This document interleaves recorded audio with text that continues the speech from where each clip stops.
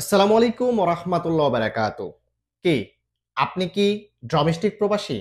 আপনি কি আমিন মঞ্জিল, সাওয়াক্কাস, তাবাক মঞ্জিল, খাদ্দামা পেশা অথবা মাজরা পেশার প্রবাসী? অর্থাৎ আপনি যদি ঘরের কাজের কর্মী হয়ে থাকেন এবং আপনার যদি হুরুপ থাকে, তাহলে এই মুহূর্তে আপনারা কিন্তু প্রত্যেকেই জানেন ১১ তারিখ থেকে শুরু হয়েছে। গতকাল থেকে শুরু হয়েছে। ৬ মাসের জন্য সুযোগ দিয়েছে সৌদি মানব সম্পদ মন্ত্রণালয়। আপনারা চাইলে নতুন কফিল ধরে নতুন কফিলের কাছে কিন্তু কাফালার মাধ্যমে বৈধ হতে পারবেন। আপনাদের পিছনে হরুপ থাকা শর্ত পিছনের কফিলের অনুমতি ছাড়া আপনারা চাইলে এই ৬ মাসের ভিতরে হরুপ তুলে বৈধ হতে পারবেন। তবে এই জায়গাতেও কিন্তু আপনাদেরকে সতর্ক থাকতে হবে। কারণ যখনই সৌদি মানব সম্পদ মন্ত্রণালয় কোনো অফার দেয়, কোনো সুযোগ দেয় প্রবাসীদের, তখন কিন্তু দালালের অভাব হয় না, প্রতারকের অভাব হয় না। আর তাদের ফাঁদে যদি আপনি পা দেন, তাহলে কিন্তু বিপদে পড়ার সম্ভাবনা আছে।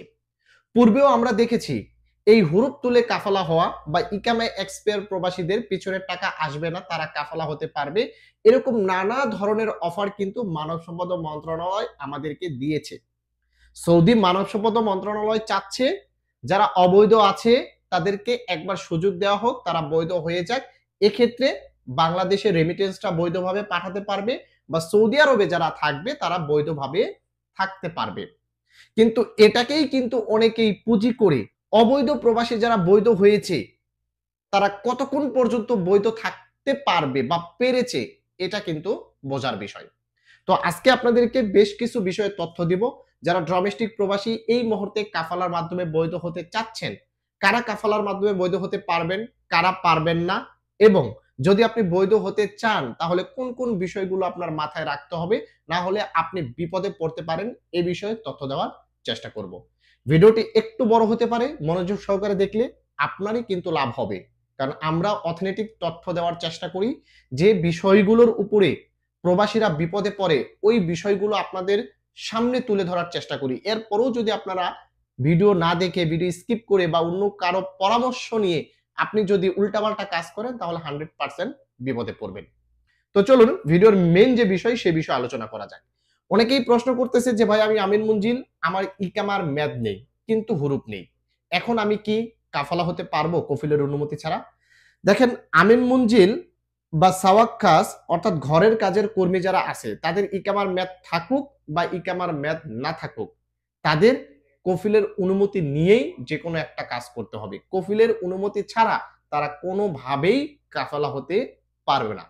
এখন কথা হচ্ছে ইকামার মেয়াদ আছে বা ইকামার মেয়াদ নেই কিন্তু আপনার হুরুপ আছে।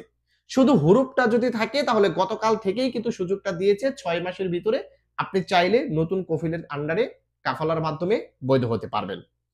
এবং ২ নম্বর আরেকটা প্রশ্ন করে থাকি যে ভাই আমার ফাইনাল এক্সিট দিয়েছিল কফিল, আমি সময় মতো যাইনি। এখন এই সুযোগে কি আমি আমার ফাইনাল এক্সিট তুলে কাফালা হতে পারবো? না।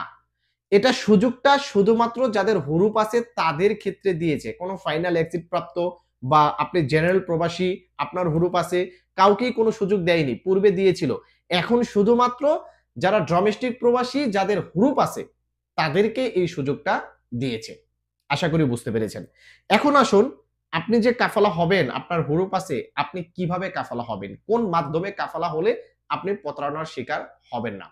দেখেন, আপনি যদি সরাসরি একটা কাজ করেন তাহলে ওই কাজটা যদি খারাপও হয় তারপরও মনটাকে বুঝ দিতে পারবেন যে আমি কাজটা করেছি, যাক চেষ্টা করেছি, হয়তোবা খারাপ হয়ে গেছে, মনটাকে সান্ত্বনা দিতে পারবেন। কিন্তু আপনি যখন একটা কাজ কাউকে দিয়ে করাবেন, যখন এটা খারাপ হয়ে যাবে তখন কিন্তু আপনার মনটাকে আপনি সান্ত্বনা দিতে পারবেন না। কারণ মন চাইবে যে এই কাজটা হয়তোবা আমি নিজে, নিজে করলেই ভালো হতো, পরে দিয়ে কেন করাইলাম? এরকম কিন্তু মনে আসতেই পারে। এজন্য চেষ্টা করবেন আপনার এই কাফালাটাও আপনি সরাসরি মাধ্যমে করার জন্য। সরাসরি মাধ্যমটা কি? যেমন আপনি খুঁজে বের করবেন আপনার পরিচিত কোনো কফিল আছে কিনা। এট ফার্স্ট আপনার টার্গেট থাকবে আপনি সরাসরি সৌদির সাথে কন্ট্রাক্ট করে সৌদির ভালো সৌদি দেখে তার কাছে কাফালা হওয়ার ট্রাই করবেন।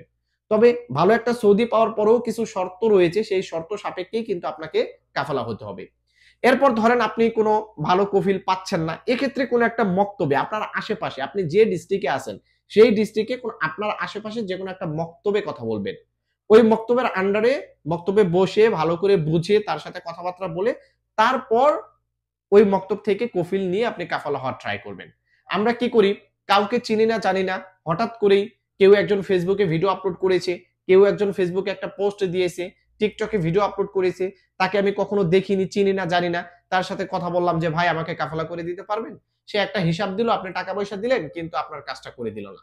অথবা কাজ করে দিল, ৬ মাস পরে দেখলেন আপনাকে আবার হুড়ুপ মেরে দিল বা আপনাকে ফাইনাল এক্সিট দিয়ে দিল সেই কফিল। চেষ্টা করবেন আপনার আশেপাশের কোনো মক্তব থেকে বা আপনার পরিচিত কোনো কফিল ধরে তার মাধ্যমে কাফেলা হওয়ার।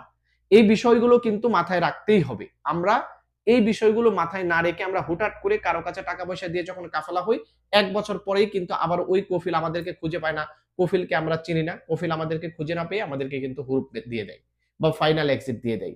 এইভাবে কিন্তু অহরহ প্রবাসী পূর্বে যারা জেনারেল প্রবাসী ছিল এইভাবে কাফালার মাধ্যমে কিন্তু বৈধ হওয়ার কারণে কিন্তু হাজার হাজার প্রবাসী আবার অবৈধ হয়ে গেছে।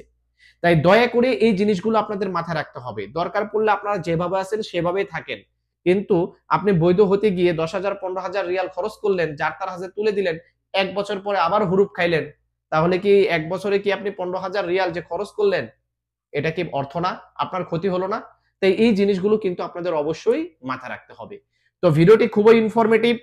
যারাই ডোমেস্টিক প্রবাসী বর্তমানে হুরুপ প্রাপ্ত আছে, কাফালা হতে চাচ্ছেন, এই জিনিসগুলো মাথায় রাখবেন। দয়া করে ভিডিওটিকে শেয়ার করে দিবেন। আপনার একটা শেয়ারের বিনিময়ে অনেক প্রবাসী ভাই কিন্তু উপকৃত হতে পারে। ভালো থাকবেন, সুস্থ থাকবেন। আসসালামু আলাইকুম।